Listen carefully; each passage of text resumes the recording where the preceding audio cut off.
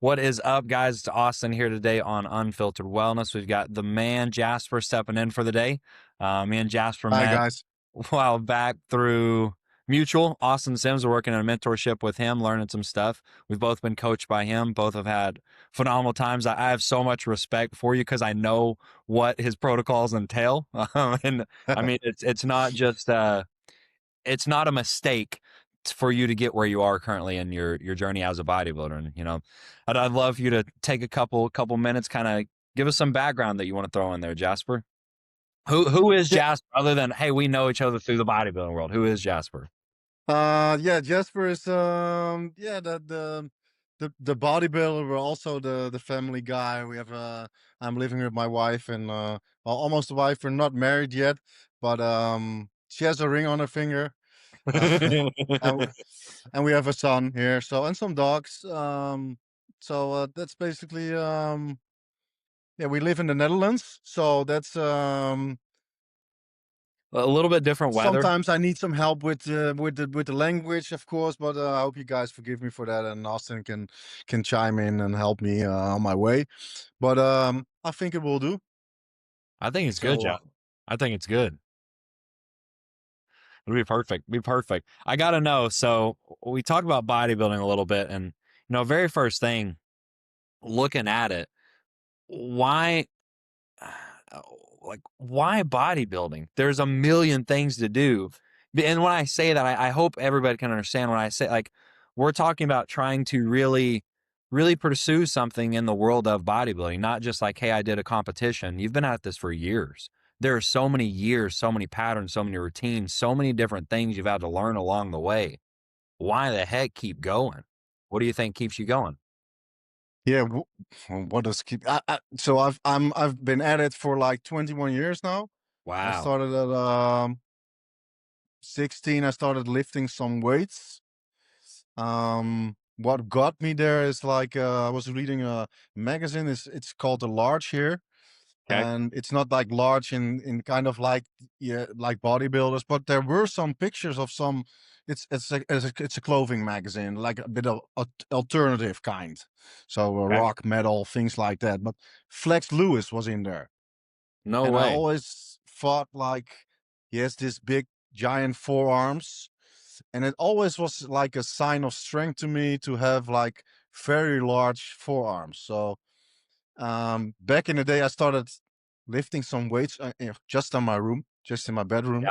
and I was doing like the wrist curls and just the dumbbell curls, things like that, just to, yeah, grow my arms a little bit bigger. So So that's how I stupid. started my adventure, because yeah, I was just it was a sign of strength to have, yeah, to be muscular. That's really interesting to me. That's like, I look back at it, and mine was growing up as a kid. Like, we played sports. We always had like an American football. We were always playing basketball, throwing a base. We are always doing something. But my favorite thing was WWE. I had like all the little action figures, all the everything in that. I just thought that there was something about, like, man, how do these guys look like this? I don't know. I thought it was very interesting, and from an early age, I mean, 6, 7 years old, we're sitting there like trying to flex our traps and all kinds of stuff like Goldberg, and that's just, for us, that was the thing. Yeah. So it's looking at Flex Lewis, forearms, noticing that, and a sign of strength. Same on our side. Very interesting. When you go Yeah. So through, you didn't mention before 16. What was your background? What did you do before you picked up weights? Any sports, any work? Like, what? um yeah, so I basically I was at school. So in the Netherlands, it's not like in America. You have this I think it's called scholarships, or Yeah, with sports, so you can, I was yeah. trying to explain So we going don't back. have that here. So you don't really get paid to do any kind of sport. Um Nowadays, you're paid for the likes and the views, but that's something else for an influencer. But yeah, it's more So I just love the things like hockey and all the little games you played at the lower schools, you know. And so my parents wanted to teach me something like having accountability and having respect for others. So I went to jiu-jitsu, and I started No with way. doing that. Yeah. So that I How was many very good years at did it. it last? Because I was very flexible. I have very flexible wrists. So if you like hold me into I don't know how do you call it, houtgreep. Um, if you're like strangling someone, how do you call it? If you're This, give me but another way. also with the wrist and things like that, elbows when you're holding someone into some Oh, and like the grappling. sub Like we'd call it like grappling, wrestling, stuff like grappling or submission or something. submissions. There we go. Okay, Jiu-jitsu. so this, Yeah. yeah, so I was very good at that play, and yeah, I just liked it to compete at like people that were better than me, that had a higher um yeah, that had a higher lesson. So that always fired me up to get better. When did you So start? What age did you start doing jiu-jitsu? I think I was 12 or 13. Yeah. When did you stop? I think I stopped at 15. Yeah, at 15 because yeah, I got different friends. I went to a different school. Um, life didn't really take off from there. It Yeah. was kind of not getting better from there. So I had really bad influence. I was easily doing things I shouldn't be doing. I was not focused on the right things, and yeah, eventually that was 2 awful years for me. Uh, for sure, um, I made some steps, but not the right ones. I dropped out of school. Went to work eventually, Wow. and What you go do? First job. for what? For what was your first job you went and did? You get done. Um, I'm gonna go work. yeah, What you go I do? was at a sort of we made a in a factory that made bacon. Okay. So So going. I was like throwing the meats on the slicers, things like that, How packaging heavy? boxes. Eventually, I was weighing the meats, and I eventually I worked there for 8 years, and Was that pretty? Was it physical? Any demanding at all or simple? yeah, it was working in the cold. So and was of course physically demanding because you had to like maintain the pace to get others to work on the yeah, for others to keep working. So it was physically demanding, yes, for sure. But also it was very good because it got me into like a system. I went to work every day. Someone picked me up. He really saved me by doing that. Was an older guy, and he just got me into the right pace.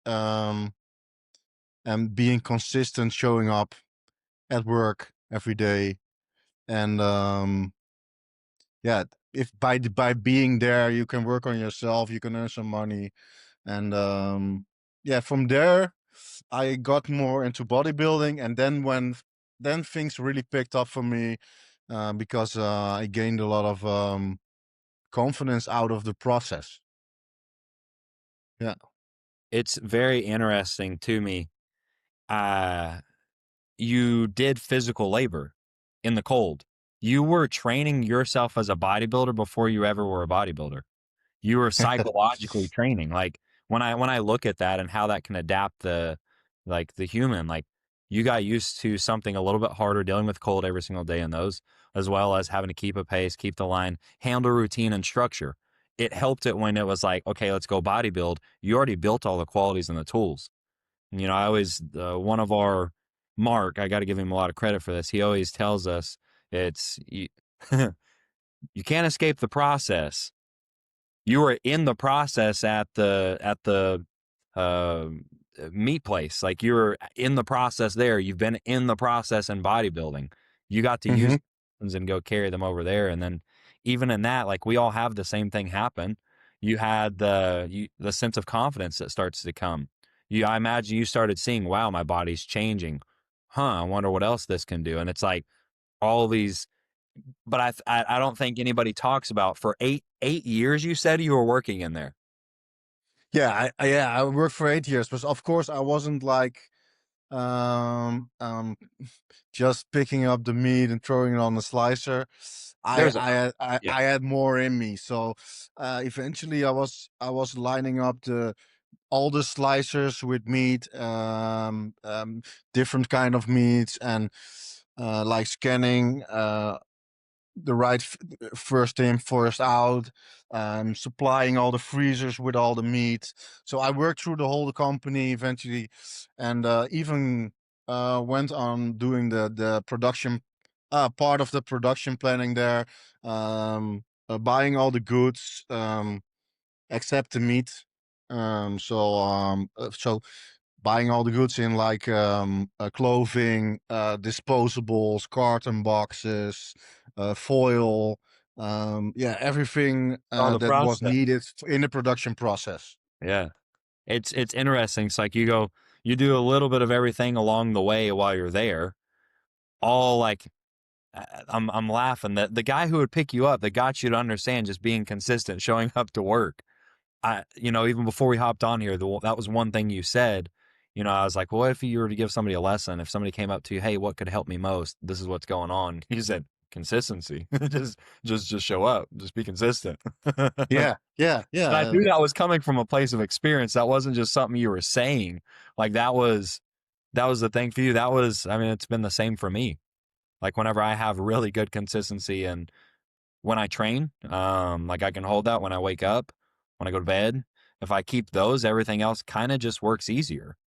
If you just show up to work and inevitably you're most of the way there, then you Hmm. do well when you're there, and then you continue to find ways to be more present while you're doing it, how to do something better. And I think that's what all bodybuilding too is, though. Yeah, it's the same Yeah, I thing. think I Body, don't only think in bodybuilding, but a lot of people put a lot of effort in thinking about a lot of things because even when they're just as simple as just doing. So why are you thinking about something that is as simple as doing? You're just making it very hard on yourself. And yeah, I think that's a big part of my success. And also sometimes, yeah, I can also be triggered to overthink some things. And um but when I go back to my routine and just carry out the tasks that are at hand, it's always easier. And I think I see it with most of my clients that do the same way. They are the most successful as well. it's so weird though at first, and I feel like people think they're going to lose something by committing to that consistency. Whereas, I don't know, it seems like everybody actually gains everything whenever you commit to just consistency. Yeah, just it brings me a certain peace. And It's not that that's there's not still a hard day or hard things that happen, but it's a lot. I just feel like it's more manageable. Like I enjoy the day more. Same, would you say same on yours? yeah. So 2 days ago I injured my um how do you call it, Like your quad around the teardrop. knee, my quad, or it's the teardrop indeed. But yeah, I can be like thinking all day about all the bad things, or I can just do what I'm always doing, and then I even forget about it, and it gets better by the day. So yeah, so it will get better. It will pass. You woke up today, and yeah, there can be even worse things. So yeah, you just continue. I made a post last time about just putting one step in front of the other, and yeah, it's in life. It's just like that, I think. Yeah.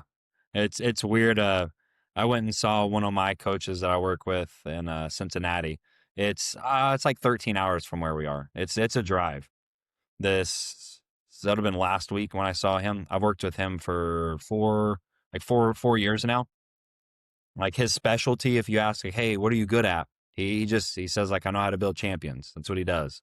He's done it in powerlifting and X Games, volleyball. I mean, just a lot of different areas, CrossFit. And we're Wow. talking about some different concepts, and like what you're saying there, like the pattern and just being consistent, doing the routine, checking the next box. That's I don't really know if there's anything more to learn than that. Like once you get in that, I feel like it's everything kind of takes care of itself. I don't know, like that's just what I've seen. Like I posted a while back the pyramid when it came to like nutrition, and at the bottom of the pyramid of nutrition, it's consistency. It doesn't matter the exact micro, macro, this, that, the other, if you don't have the consistency of it all first. Exactly, and that's also um we live in an age in a time that we're looking a lot on Instagram. There's plenty of information there also regarding training. I'm sorry, I'm going to training now, but Oh, you're good. um you see a lot about what the perfect way is to train, and we keep a logbook of what I'm training, and sure, a logbook is um pretty nice to have in some sort of way, but also when you're just being consistent and showing up every time training, and yeah, going to failure on or whatever, if you're keeping reps in reserve or something like that, can all work. But if you're training to failure, you just have to train to failure on a certain set, and then that's okay, and you do a number of exercises or a number of sets. So it's all a bit dependent on the person, how much volume you're doing, but it's nothing more like that you have to work something special, or it's just doing a certain amount of exercises that fit good for you, and getting a high quality set in, um, on a concentric and eccentric, and holding it in a certain phase. So it's nothing more than that, and just showing up every day, and then you're We good. can overcomplicate it so much when it comes to that. And that's all it is. It doesn't matter which world I look at, if it's, endurance world, powerlifting, bodybuilding, like all of them are the same, Jasper. At the end of the day, it's like, can you get quality work done? Okay. And can you show up and consistently get quality work done? And that might change whether it be a set or two sets or our reps in reserve, like whatever that system is for that person, but they all work. You just got Yeah, to but be consistent in it. you're doing like more hybrid kind of stuff also, and I think that's a bit different than bodybuilding, Very in different. in terms of you're looking more in terms of pushing a higher volume in the total workout than um, Then 10, bodybuilding is a bit different, because yeah, I don't think yeah, volume is king at a certain, if you can recover from it, but with hybrid athletes, it's more kind of like you have to do more volume over the weeks, and you can easily increase that a bit more, I think, week over week. Is that correct? yeah, I think so. I mean, it's just on both of them, just like we both look at it, goes back to the base though too. Like with that person, what can they recover from? How do they do with checking off boxes? What's there's a physical demand to recovery, but there's also a psychological demand with recovery too. I think they both go hand in hand, and you just got to kind of find what is that sweet spot for somebody. Is it two sets? Is it three sets? Is it 5 hours of training a week? Is it 8 hours of training a week? Like I think Yeah. it's same. It's just different ways. But and whether it's bodybuilding, you're looking for progression. Whether it's hybrids world, you're looking for progression. Like what is that progression mark you're trying to push, and then make sure it's happening. Like that's about it.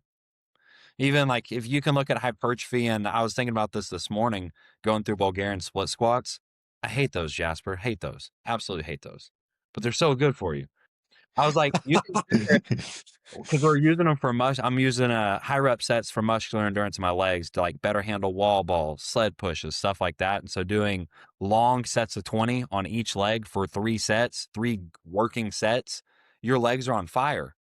Could you get a hypertrophy stimulus? I mean, yeah, but is that what I would use to grow somebody's legs as their main mover? No. It's just everything is everything has different places to be used at different times. Could you do it as an accessory and help yourself with bodybuilding? Sure. But is that going to be your main thing to drive hypertrophy? Probably not. Might get a lot more off a hack squat or a single leg press or this, that, the other. Well, I do 4 exercises for quads in a week, so I do well in the 8 days, but I do so 2 quad exercises per training, and I actually do a leg press and a Bulgarian split squat together, so I get more like yeah, it's like a quad and glute Getting both. combination, Yeah. and the other day I do hack squats and leg extensions, It's and maybe people a hip press also. if people Sorry. really saw the amount of work that yours goes into, I think that they would be shocked. It's not like you're sitting in a gym for 3 hours. You get really good quality stimulus off of you touch a machine that you're gonna grow. Like you know how to manipulate weights, how to make them feel exactly where they should feel. I mean, you've done it for years. Tension and being able to actually feel the muscle is very important in the bodybuilding world. Yeah. Yeah, actually, yeah, I really agree with that because, yeah, uh, but they're talking like mechanical tension and increasing more weight is more mechanical tension. Um, yeah, it is, but you still have to like properly tension the muscle, and that's something you learn over time by doing rep by rep by rep, just doing a lot of repetitions. So yeah, that I think a lot of people would find benefit from learning how to what's the best way I don't know the best way to say this. When I say learn how to bodybuild, I mean learn how to feel what a bodybuilder feels when they train. How do you make this go to this spot? How do you make this go here? How do you I think a lot of people would benefit from it. It was I mean, for me, that was probably the best thing I did over the last 2 years was learn how to actually feel a movement. It made me be able to recover from everything else a lot better because you're not just sitting there slamming weights with more weight, more weight, more weight, just trashing your body the whole time. Yeah, I get you can grow from that, but how long can you grow from it? Would you grow better if you were recovering better? I think you always grow better when you recover best. It's not, it's your goal isn't to try to just destroy yourself. Your goal is to say, hey, I need you to grow. And then, yeah, actually, yeah, actually, yeah. There needs to be enough stimulus, so you yeah, need to train hard, but still, recovery is more important than actually. Yeah, it's having respect for your body. there we go. I'm curious when you were working so during those 8 years, had you started lifting during that, or did you not start picking up lifting until after, or did you do any jujitsu in those 8 years? Did you go back to it? No, no, I haven't gone back to it. No. Okay, lifting though, did you lift during the 8 years, or just what you were doing at work? Yeah. I started at 17, so a little bit later than when I started working there. So pretty, I followed it up pretty soon, and then I went to the gym. I don't take the same road as I did. I started PhDs pretty soon. When hitting the gym. Was that just Um, a normal thing? Because I feel like here, that's kind of in America. I mean, that's like depending on what gym you go to, there's going to be some person's like, yeah, you should just do this. Is that kind of how it is there? Or yeah, just I had like some, yeah, I wouldn't say a friend, but yeah, someone I knew, and he said, "Oh, yeah, take this, and you'll go faster." Yeah, indeed, it went faster, but just go yeah, faster. yeah, One day learn that there's a limit of those, just like there's a limit of volume and intensity you need. There's probably a limit to those as well that you need. yeah, but I would say if I would start over, I would say learn the basics first, and the basics is like know the mechanics, and know how to feed yourself, know how to properly recover. Eventually, you still have to learn them anyways. Like you can't get by them. Might as well I learn. had to learn it anyways, yeah, or else, Yeah, yeah. it's anybody in that world, anybody. I mean, I think every single person can say the same thing. Eventually, you still have to learn them. Like I've got there's one kid I'm working with right now that I'm really excited. It's like we have university, so college. So think like ages like 18 to 22 here in America. That'd be college. Like you're going and really getting ready for whatever your career is going to be or anything like that. I started Hmm. working with him when he was 19 or 20. He's done with college. He's in his career now. Training looks really good. He's still completely natural. He's done it for 3 years, really learned how to dial in his food, how to hold his nutrition plan, how to check the boxes, how to change that when life changes. Like he looks good, Jasper. I think he might get on stage this May. I've got to try to have him send some stuff over, um, posing wise, and just see if you even think that there's a chance for him. I don't know. You might say he has terrible shape because we didn't train him like a bodybuilder. He did a little bit of he played around with a lot of different stuff. He did some, Hmm. he did a iron or a half marathon. He's done some really long bike races. It's an athletic look, but I don't know how that times up in natural bottoming. I don't know. I'll send him to you whenever we Yeah, get. but if he has a good base, so you can he has a proper work ethic. So that's always good to start from. I think that's the most important to get somewhere if you're like eager to learn new things, and you've got the work ethic, so you want to get farther than you were. So Yeah. yeah, that's the most important, that you have the fire in you, that you have the heart. Um, Because you can't teach that. That life will give it to you if you ask, it'll show up. It's probably going to come from some really hard seasons and some hard things to have to work through, but it'll come. It'll show yes. up. Be careful what you ask for. The when would you say that you started taking lifting serious? Like, I mean, like 17, you said, kind of getting in the gym. When would you say that like something switched where you're like, oh, I'm gonna go all in at this? Was it right when you started, or did it take some time for that to really start to be like, okay, I'm gonna do this? No, I think I was pretty serious from the get go, but I really didn't have a clue where to begin. Um, I didn't have like a good mentor or someone that was near me that knew the way. So I had to figure things out myself. Eventually, I think things really picked up. I did a first competition that was terrible. Um, I was like doing oven fries for loading.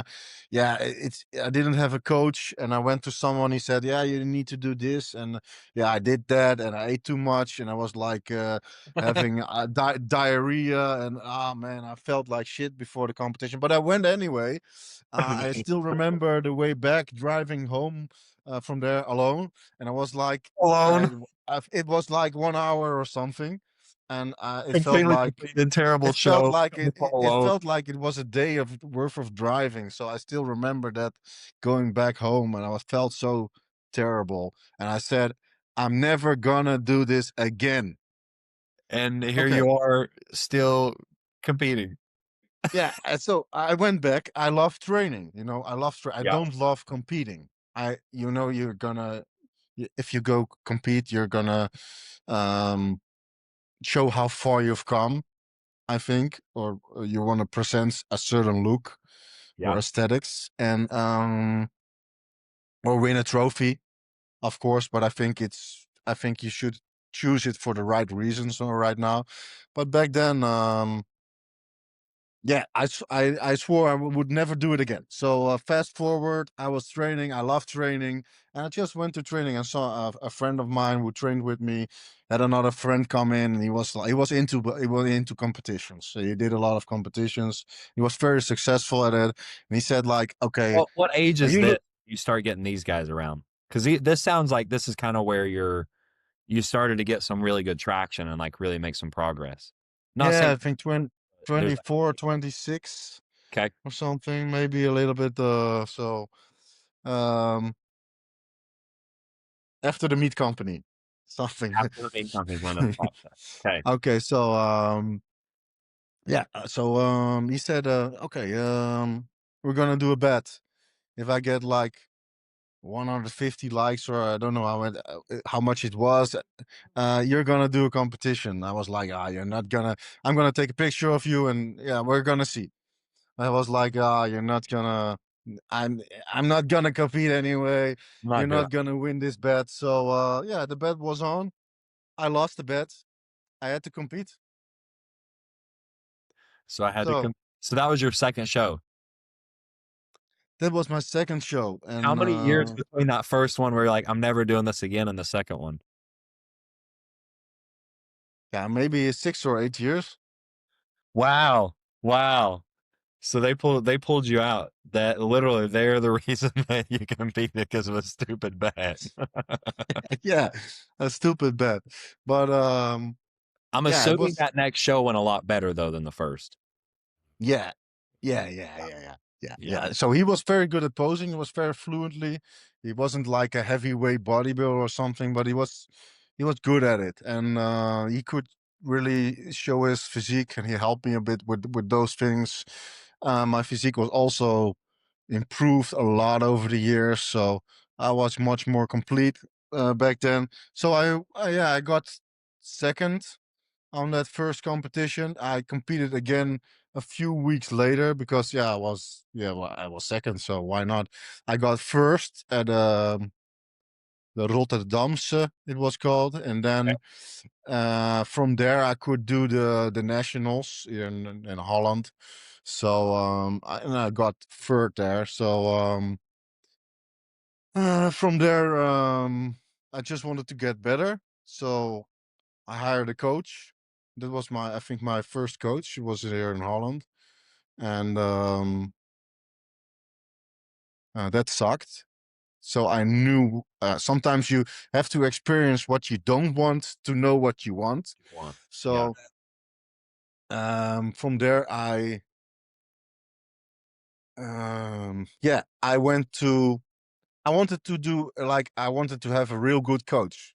I'm like I'm always I'm like mostly all in. I want to get very good at something, or I don't do it at all. So I had an American coach. I asked friends of mine who is a good coach, and they said it was uh what's his name again? It's a very Matt Porter. Okay. Matt Porter. Okay. So he isn't on anymore. So God bless him. He passed away some years ago, but he was like the conditioning coach that was in America back Okay. then. I knew he spoke about Derek Lunsford back in the day, that it was a very good competitor. So goes to say, and then he didn't even went on the Olympia stage. Of course, he was a junior. So it's been a long few years. Absolutely. Absolutely. But yeah, that got me. Of course, I had a lot more information about what was good, and he knew how to push me. No, mm, those that that push came with other problems, and that like it skyrocketed my appearance, but Yeah. also it came with some bad things, and that backfired. Health cost. So with some health issues, like mostly I needed a CPAP, but little did I know that I needed a CPAP. So I was falling asleep in the car while driving. Very dangerous stuff. So Wow, Jasper. Okay. So you were in it. You're real bodybuilding. That's yeah, what I call that's real if body. that's real bodybuilding, it's just very unhealthy. You were very big. So Your neck was too big. yeah, but it's just a lot of water, of course. But yeah, it was. I was growing like weed back in the day. Yeah. But yeah, it came at a price, and I had these issues and it didn't really go away. Even when I started with John Meadows at first, and he isn't like he's pushing training hard, and but he's not like doing the other things. It keeps everything very low. So I had some issues I needed to figure out because some things weren't getting better, other things were getting better. So I Yeah, knew something was off. So eventually I got a sleeping test, and I knew I needed a CPAP, and well, from there things got better. And that's everything. yeah, fast forward, I started working with Austin Sims, and I think I'm at my best, my healthiest, and yeah, I learned a lot. I felt that one. Yeah. I think that's the interesting thing that, I was sitting there with a couple guys the other day, powerlifters, and there's this very strange thing that I think there's a lot of things, if you know somebody trains and they really put their time into what they're doing in that, there are some things that are unspoken that you just know. Like you go find another guy who's at the top at the top of their game in the bodybuilding world, and you guys are sitting at a table, there's a certain level of respect for one another because this didn't just happen. Like there's been a lot Yeah. of you've gone through a lot of different problems to have to figure out and solve, and how do you solve them to keep moving forward? How do you keep your mindset in a good place throughout that? How do you survive the highs and the lows? There's so much. I think it builds so much resiliency, so much, which Yeah, I but I also my favorite part yeah, of it all for people, honestly, the I outcome. have yeah, it's not even only respect for bodybuilders, but sports in general, I think, and or people going through certain situations. And that what's yeah, I don't know if it's a bodybuilding lesson or a life lesson, but Both. I think yeah, show us life lessons, just like life can show us sport lessons. I think they both teach. They're both very good teachers. yeah, but it carries a certain base to it, and yeah, it's bodybuilding isn't for everyone, but it certainly gives you an edge in terms of being consistent and showing up, doing the hard work, knowing what counts, um, how to properly feed yourself with the right nutritions, um, knowing how to weigh your meals and how to manage your energy levels. Um, yeah, and eventually you have to be, if you want to reach a higher level, you have to really prioritize your health and your well-being, recovery and sleep.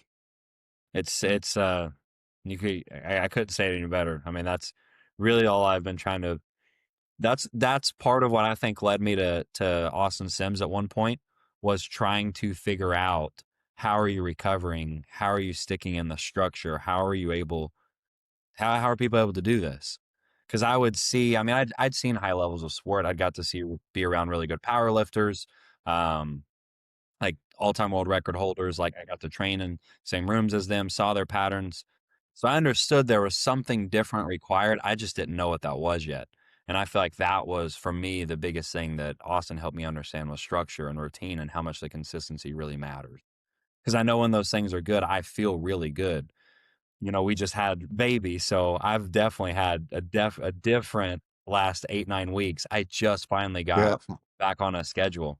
Like, finally have everything lined out again, and man, is it so relieving. But I think bodybuilding, You think you have got everything outlined. Wait for next week. We've got a surprise for you. it'll be there. It'll definitely be there, and I'll learn how to Yeah. rewire things we're going, but we finally at least have something on paper where we know exactly. Again, I'm not getting in bed at midnight. I'm not like, man, I was hurt. I was hurt. I could not recover, could not train, couldn't I was getting in it, and so we finally figured out But to pull it out. but it's really funny because you'll find a way to do all the things and even at a higher level because Oh, when you first like move on your own, it's like, oh, this shit is pretty hard. They didn't they said it was hard, but I'm experiencing it's a little bit hard. Then you get like a dog, it's like, oh, I have to walk the dog, it's life's a bit busier now. Then you get a kid, Oh wow, then it's a whole new level. You have the dogs, the kids, and all. Wow, it's yeah, life's actually getting harder by the time you're getting older, but at the same time, it's also getting more fun to get to do all those things. It's easier to manage, but that there's more that comes. Yeah, it's weird. It's very weird. You just kind of like get into I feel like you just get into a routine eventually, and it just kind of. I mean, I know teething hasn't started yet. We'll be there here soon, Jasper. We'll be there. But for now, everything's good. I think I have a good 4, 5, 6 weeks run with with the newborn. We'll see. We'll see. Fingers crossed, man. Yeah, it will be good. It will be okay. I was curious. My last thing that I wanted to take today on this, looking back over, I mean, years. You said 21 years at this, right? When you Yeah. finally really came in. 21 years. If you could summarize and give us your 1 to 2 biggest takeaways outside of do the basics, and maybe number one again is do the basics, what would your number two be? What's the biggest lesson you think if somebody were to take and apply would help them the most? Um. Well, yeah. So the basics, and I think be patient. Yeah, be patient and be like, yeah, have the time. You need take the time to consume it all. You know, it's not like you have to get there the next day, and we all want to get there the next day. But it's so much more fun when when you're not like pushing yourself through the whole process. But you need to learn to enjoy it from the moment you start with it. That's good. That's good. I'd agree wholeheartedly on that. People want to So get, when you do things that are fun, it's more, you get more, yeah, you get more out of it, and it's just easier to do.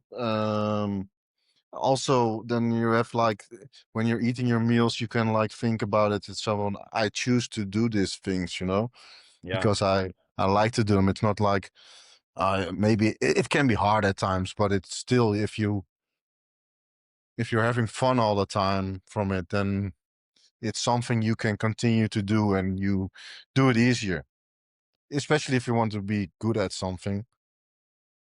If you hate it, you're probably not going to want to do it very long. That's for sure. Yeah, but also, yeah, like the leg days, they hurt and things. They're hard. Uh, yeah, That's they awesome. are hard, but they will toughen you up eventually. So It works in your favor. It always works for you. Yeah. All I the time. love it. You hate it, but you also love it because when you're done, there's no better feeling than having gotten it done. You know what you accomplished. You know what you just went in and did. Yeah, exactly. I'm still to this day. I'm now 38, and if when I have a leg day, I'm also a bit anxious always before I train. You know, I have this feeling in my stomach. I'm about to push some heavy weights. Will it be? I'm not really thinking about if anything goes wrong, but still, I Yeah. get this feeling. It's like uh, it's just the energy going through your body and already prepping you for that hard workout. I love that. That's a great way to put it. I think we all can relate to that when it comes to the butterflies, the anxiousness. When you know you've got that big training day coming up, you know, you know it's Yeah, coming. yeah, it's good. So Jasper, I appreciate you a ton taking time out today, hopping on here, man. yeah, I appreciate you for asking me and telling my story, and I hope someone gets something out of it, even if it's a little thing. That's great, man. Just here to share it all, and yeah, that's it. Love it. If people want to get in contact with you, what's the easiest way to get a hold of you? Would just push them to Instagram, or what would you Yeah, say? I would say Instagram, Big Bucker. Is it, and it's with 2 Ks on there, isn't it? Yeah, Yeah. correct. B A Yeah. B I G dot. Is it BIG dot BAKKER? No, it's just Bagbakker. Yeah. Perfect. Sweet. Sweet, man. Well, let's get off here and get rolling. Great, man. Nice talking to you, and till next time.